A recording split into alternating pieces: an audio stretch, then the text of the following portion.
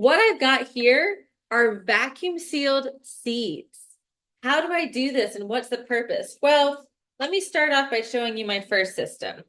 This is just a photo organizer, and this is how I store my seeds short term. I've got them all categorized here by different families. I've got the dates on which I plant them. So it's really easy throughout the year to go through and see what do I need to sow next. And in these little packets, I have little silica gel packets to help with moisture. But I've got all of my seeds just nicely stored right in here, tucked away. And I've got all of my vegetables in this container. And then I've got flowers and herbs in this container. And in general, if you were to store seeds like this and keep them in a dark, dry, cool environment, most of your seeds will have a 90% germination rate or longer for a solid 2 to 3 years. Lettuces are an exception for whatever reason. They have a shorter time span for a strong germination rate. That doesn't mean that after 2 to 3 years, they're not going to germinate at all. But what it does mean is you're not going to get as great of germination. And so what I want to show you today is what I do to store seeds for decades. This could be used to preserve some special heirloom quality seed, or if any of you out there are trying to prepare for what could be catastrophic times and seeds become no longer available, this is what you could do in order to save seeds for decades. And the only materials you need is a freezer and a vacuum sealer. I use the Avid Armor vacuum sealer, and I'll link it in the comments below.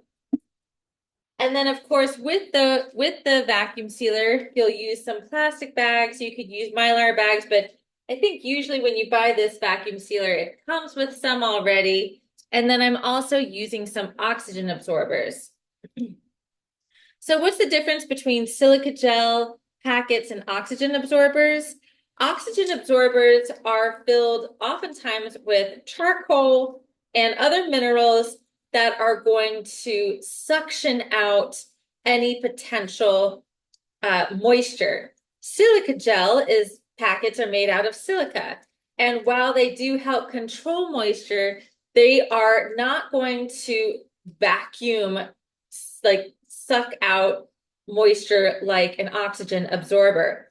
Silica gel packets are great to use for things that are inedible, like seeds, or it could be clothes or anything that you're not going to come in contact with, but it's not necessarily safe to consume. Oxygen absorbers you can use for things that are edible. And I have some with me right here. So with seeds, you can use either, and I'm going to use the oxygen absorbers today. This is what it looks like when you have vacuum sealed seeds. I've got my oxygen absorber in there, and there is no air in here. And what I've done is I've ordered some seeds that I want to save for a catastrophic event that where seeds might not be available. And so we're going to talk about those vegetable groups real quick, because tomatoes, as an example, would not be a great survival food to live off of. It might bring you a bunch of joy, but we're looking at calories, we're looking at nutritional value. And so we really kind of are honing in on which vegetables we should be growing in that sort of scenario. And the first contender are dark leafy greens, mustards, and collards. These are some of the most nutritious multivitamin vegetables that you can grow. You can let them reseed in the garden.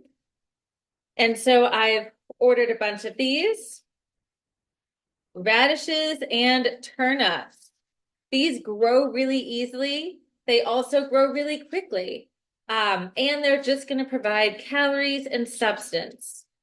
One of the things to mention about growing food for a survival situation is that you're going to need fat.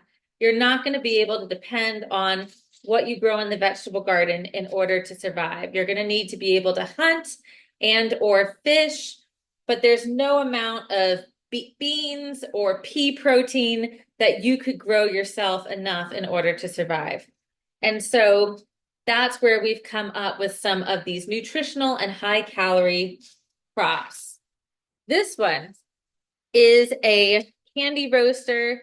It is a hard squash, and you will get prolific amounts of hard squash. And hard squash is also great for storage because you don't need to do anything in order to put it away. You don't need to can it or preserve it.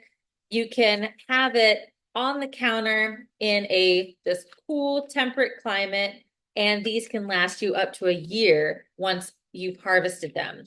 So our squashes are probably going to be our most calorie dense crop that we can grow. And I have some extra beans. Beans are great for naturally fertilizing the soil. It would take a lot of beans in order to give you the protein that you need. But if you're going to incorporate another crop, I would pick beans or peas just sort of as like a companion. These are also a bush variety, so you're not going to have to worry about trellising. So these are the different groups of vegetables I have, and I've grouped them all together by the dark leafy greens, the root veggies being the radish and turnips, the beans, and the squash.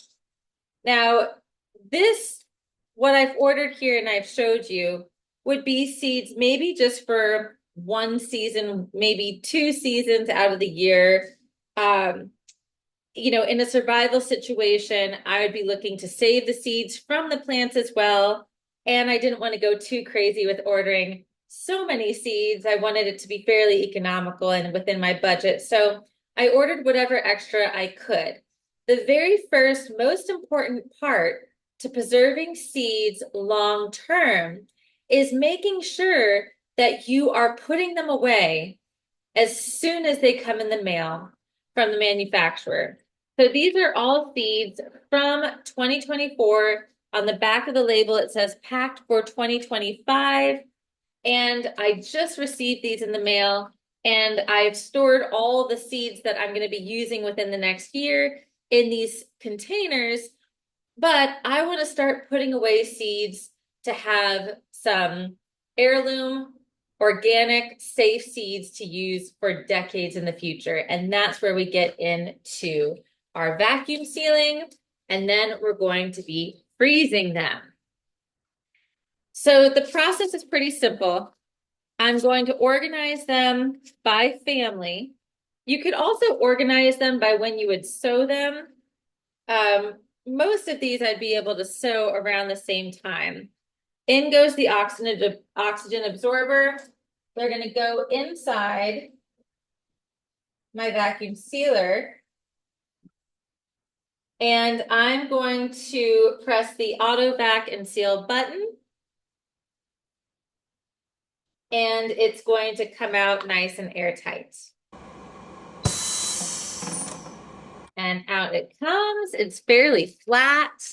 So it is really easy to then store, which we're going to be storing in the freezer. I'm going to continue with the rest of them. It is such a satisfying feeling and sight to watch the oxygen all come out. The next most important, or not most important, but an important step is to label your seeds. You will most likely be able to read the backs of them, but I still like to have a date showing when they were packed, just so that way I know exactly what their germination rate should be and their lifespan. So now we've got my vacuum sealed seeds for long-term survival that I'm going to put in the freezer.